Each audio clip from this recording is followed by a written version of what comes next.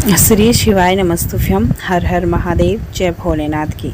दोस्तों, गुरुजी ने अपनी कथा में एक बड़ा ही विशेष और महत्वपूर्ण उपाय बताया है, जिसे कि आप श्राद्ध पक्ष के किसी भी तिथि वाले दिन कर सकते हैं। जैसे सप्तमी तिथि वाले दिन भी कर सकते हैं, अष्टमी वाले दिन भी कर सकते हैं, प्रदोष वाले दिन भी कर सकते हैं और शिवरात्रि वाले दिन भी कर सकते हैं। जी हाँ दोस्तों, ये जो उपाय है ये बड़ा विशेष उपाय है। अगर आप पे किसी भी प्रकार की कोई मनोकामना है जो काफ़ी समय से पूरा नहीं हो पा रही है, आपने सब कुछ प्रयास कर लिया है लेकिन फिर भी आपकी मनोकामना पूरी नहीं हो पा रही है, तो आप श्राद्ध पक्ष के जो 16 दिन होते हैं उनकी जो तिथियां होती हैं वो बड़ी विशेष तिथि होती हैं। तो आप किसी भी तिथि वाले दिन इनमें से कोई उपाय जो है आप कर लीजिएगा। तो आप सबसे पहले जो उपाय आप करते हैं हम उसको आपको बताते हैं कि आपको क्या करना है। जैसे कि आप अगर इस उपाय को कर लेते हैं तो आपके पितृ जो हैं वो आपसे प्रसन्न होते हैं और अपना आशीर्वाद आपको देते हैं। अगर आपके घर में पितृ दोष लगा हुआ है तो वो भी समाप्त हो जाता है और महादेव जी की कृपा के साथ साथ आपके पितरों की भी कृपा आपको मिल जाती है। आपको करना क्या है कि आपको 2 बेलपत्र की पत्तियां ले लेनी है। आपको ध्यान रखना है कि जो आप 2 बेलपत्र की पत्तियां लेना वो कहीं से खंडित नहीं होनी चाहिए, जैसे कि कहीं से कटी या फटी नहीं होनी चाहिए। और साथ में आपको 1 चुटकी भर काले तिल ले लेने हैं। उसके बाद में आपको 1 लोटा जल ले लेना है। आप इस उपाय को पितृपक्ष में कर रहे हैं तो आपको सफाई का जो है बड़ा विशेष ध्यान देना होगा। तो आप इसे सफाई द्वारा ही इस उपाय को कीजिएगा। उसके बाद में आप इन तीनों चीज़ों को लेके आ जाइएगा महादेव जी के मंदिर में। जब आप महादेव जी के मंदिर में आ जाएं तो सबसे पहले आप महादेव जी की जो शिवलिंग है उसकी अच्छी तरह से पूजा पाठ कर लीजिएगा। जिस प्रकार भी आप महादेव जी की शिवलिंग की पूजा करते हैं उस प्रकार आप पूजा कर लीजिएगा। अब आपको सबसे पहले महादेव जी की शिवलिंग पे 1 बेलपत्र की पत्ती को समर्पित करना है। तो आप जो है जो शिवलिंग होती है ना तो उसकी उत्तर दिशा में आप खड़े हो जाइए। तो तब आप महादेव जी की शिवलिंग पे 1 बेलपत्र की पत्ती को समर्पित कर दीजिएगा, अपना नाम और अपना गोत्र बोलकर और जो भी आपकी मनोकामना है उसे बोलते हुए। उसके बाद में जो दूसरी बेलपत्र की पत्ती है उसे आपको रखना है जो जलाधारी वाला स्थान होता है ना, जहाँ से जल नीचे की तरफ गिरता है। तो आपको जो दूसरी बेलपत्र की पत्ती है वो आपको जलाधारी वाले स्थान से नीचे की तरफ रखनी है, जहाँ पे जब आप महादेव जी की शिवलिंग पे जल को समर्पित करते हैं जो जल गिरता है ना जलाधारी वाले स्थान पे से नीचे की तरफ, तो आपको वहीं नीचे वो 1 बेलपत्र की पत्ती रख देनी है। जो आप 1 चुटकी भर काले तिल लेकर आए हैं, अब आपको वो काले तिल भी उसी ही बेलपत्र की पत्ती पे रख देने हैं। उसके बाद में आप महादेव जी की शिवलिंग पे जल को समर्पित कीजिएगा। आपको एक धार से महादेव जी की शिवलिंग पे ये जल समर्पित करना है।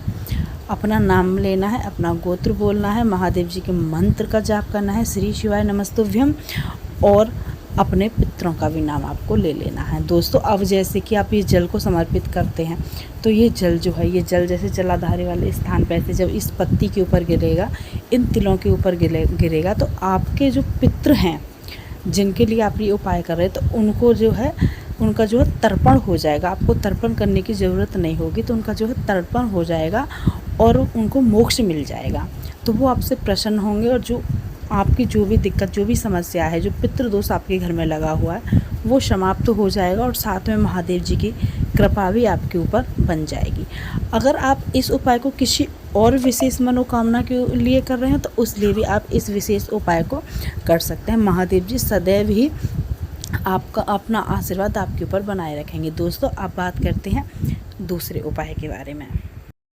दोस्तों, आप अब दूसरे उपाय को जो है संतान प्राप्ति के लिए, मंगल विवाह के लिए, नौकरी के लिए, अपने बच्चों के भविष्य के लिए इस उपाय को कर सकते हैं। जैसे कि हमने बताया पितृपक्ष की जो 16 दिन होते हैं उनकी जो तिथि होती हैं बड़ी विशेष तिथि होती हैं, तो आप इसे किसी भी तिथि पे कर लीजिएगा। तो आपको करना क्या है कि आपको 3 सफ़ेद पुष्प ले लेने हैं, साथ में आपको 3 चावल के दाने ले लेने हैं। अब जैसे कि आप एक किसी पात्र में जब 3 पुष्प रखें, 3 चावल के दाने रखें, तो आपको जो है जो पितृ की कन्याएं होती हैं ना उनका नाम बोलना है। तो सबसे पहले आपको बोलना है मैना, फिर बोलना है आपको धन्या, फिर बोलना है आपको कला। ये 3 नाम आपको बोल देने। उसके बाद में आप इस कटोरी को अपने घर के मुख्य द्वार से भीतर की तरफ रख दीजिएगा। ये उपाय आपको सुबह 10 बजे से 12 बजे के बीच में कर लेना है। इस कटोरी को आध 1 घंटा के लिए आप वहीं पे रखा छोड़ दीजिएगा। उसके बाद में आप थोड़ी देर बाद जब आधे घंटा हो जाए उसके बाद में इस कटोरी में से 3 पुष्प लेके और 3 चावल के दाने लेके चले जाइएगा महादेव जी के मंदिर में। महादेव जी के मंदिर में जाने के बाद में सबसे पहले आप इन पुष्प को और इन चावल के दाने को नंदी जी से स्पर्श करा दीजिएगा। फिर आप इन चावल के दाने और पुष्प को महादेव जी की जो सबसे छोटी पुत्री हैं अशोक सुंदरी, उनके स्थान पे समर्पित कर दीजिएगा। अपनी कामना करते हुए, आपकी जो भी इच्छा है उसे कहते, आपकी जो भी मनोकामना है उसे कहते हुए, आपने जिस भी लिए इस उपाय को किया है उस उपाय को कहते हुए, क्योंकि जो अशोक सुंदरी होती हैं वो महादेव जी की सबसे छोटी प्रिय पुत्री होती हैं, उनका नाम देवी अशोक सुंदरी है। तो उनके स्थान पे आपको ये दोनों चीज़ समर्पित कर देनी है।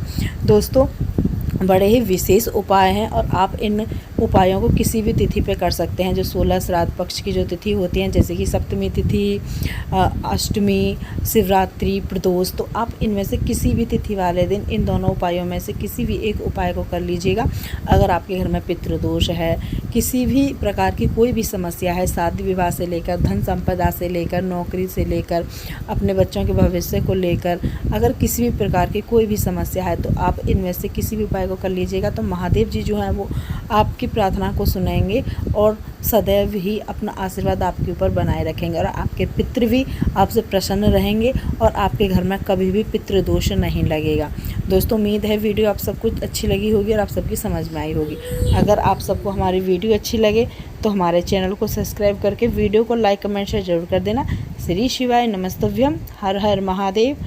जय भोलेनाथ की, जय माता पार्वती की, जय पितृदेव की। दोस्तों, 16 जो श्राद्ध पक्ष होते हैं उनका बड़ा विशेष महत्व होता है।